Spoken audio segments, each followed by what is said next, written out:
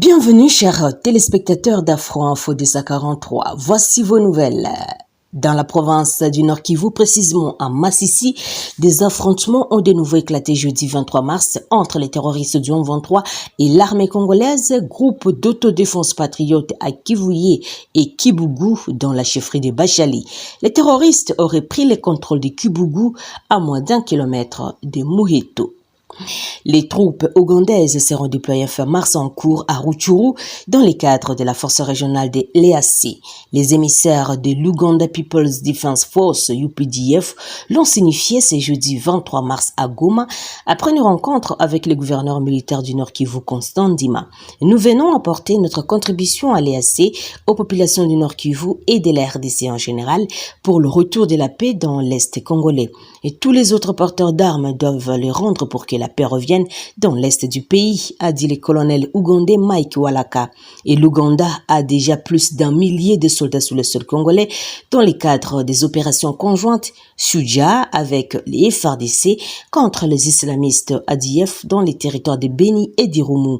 Les troupes qui arrivent seront déployées à Kichanga, Rutshuru Centre et sur l'axe Mabinga en plein parc de Virunga, des zones entièrement sous contrôle des terroristes du 23. Nous sommes tous africains, nous avons besoin de la paix sans laquelle il n'y aura pas de développement. Le peuple va continuer à souffrir s'il n'y a pas la paix. C'est pourquoi nous demandons aux populations du Nord Kivu de nous prêter main forte dans notre mission ici. Travaillons ensemble pour qu'il y ait la paix dans les zones où nous serons déployés et ailleurs, a lancé l'officier ougandais. Le déploiement de cette force régionale a été décidé par le chef d'État de l'EAC pour faire face à l'offensive du 23. Les Kenya, le Burundi ont déjà leurs troupes sur le terrain, mais n'ont jamais combattu le 23 alors que le mandat des forces est offensif. C'est que le gouvernement congolais ne cesse de répéter et plusieurs voix s'élèvent pour réclamer le départ de la force de l'EAC qui est restée molle sur le terrain. Autre chose, une importante délégation de l'armée nationale de la République du Sénégal est en mission de travail depuis ce jeudi 23 mars dans la province de l'Ituri sous l'état de siège il y a plus d'1 an. Ce jeudi, le vice-gouverneur de l'Ituri, le commissaire divisionnaire Benjamin Alonga Boni, a reçu en audience cette délégation des forces armées sénégalaises conduite par le général de division Philippe-Henri Alfred Dia, l'inspecteur général des forces armées nationales de la République du Sénégal. Selon ce haut cadre de l'armée sénégalaise qui s'est confié à l'agence congolaise de presse, il s'agit d'une visite d'inspection qui consiste à mesurer l'attitude opérationnelle des formations de toute la force de défense et de sécurité sénégalaise, tant sur le territoire national qu'à l'étranger, dans le cadre de la contribution à la sécurité collective. C'est la raison pour laquelle, ce qui est de la MONUSCO, nous sommes venus voir la situation de nos deux contingents basés respectivement à Goma et à Bunia et une unité de la police. Le premier dont je parlais sont des gendarmeries. Et nous en avons une autre à Bunia que nous voulons vérifier après la projection si tout est sur le point logistique parfait et que nous allons rendre compte à la plus haute autorité. Le président du Sénégal a fait savoir cet officier sénégalais. De plus, le général de division Philippe-Henri Alfred Dia a précisé que le premier impact de cette mission devrait voir si ce serait confortant que les autorités se déplacent sur le lieu du déploiement, s'enquérir de leur situation, a-t-il confié. Ce sera un motif de satisfaction pour ce personnel et tout ceci pour mieux exercer leur mission au profit de leurs frères d'armes qui sont ici en RDC.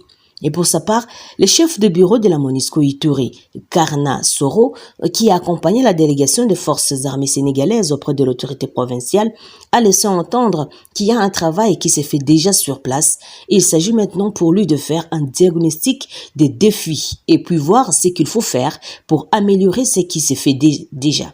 Notons que ce contingent sénégalais avait déjà doté la police nationale congolaise Ituri de plusieurs matériaux de rétablissement et des médecins de l'ordre public afin de professionnaliser ces corps pendant cette période de l'état de siège, rapporte l'agence congolaise de presse.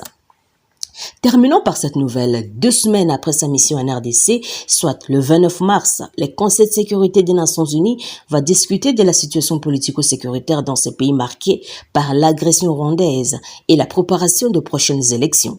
L'organe de l'Organisation des Nations Unies chargé du maintien de la paix et de la sécurité internationale recevra au cours de cette réunion un exposé sur le dernier rapport du secrétaire général Antonio Guterres sur la MONUSCO publié le 20 mars.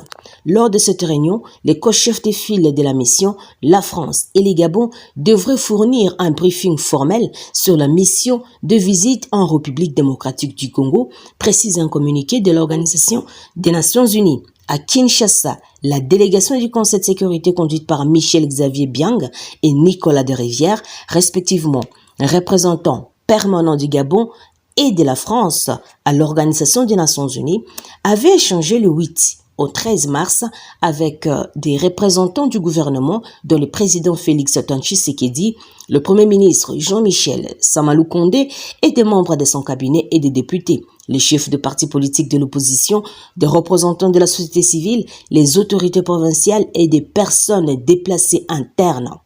Au cours de leurs entretiens, les Onusiens avaient entendu des messages cohérents accusant le Rwanda d'attiser les conflits dans l'est de la RDC.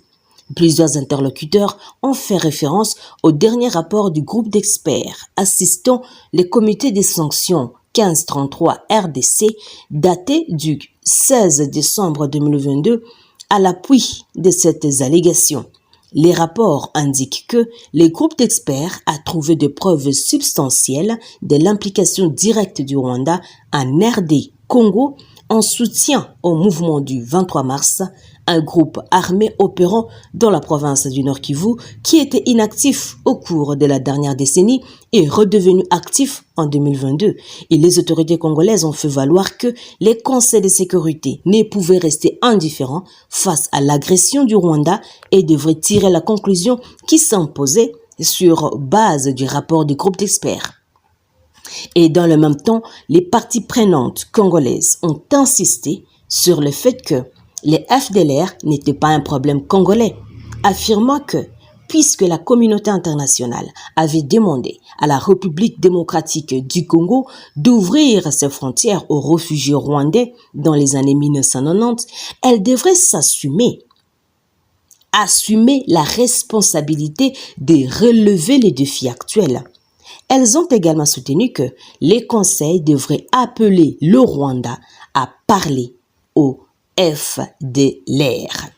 Chers téléspectateurs d'Afro Info DESA 43, merci à vous tous de nous avoir suivis jusqu'à la fin de partout où vous nous suivez dans le monde.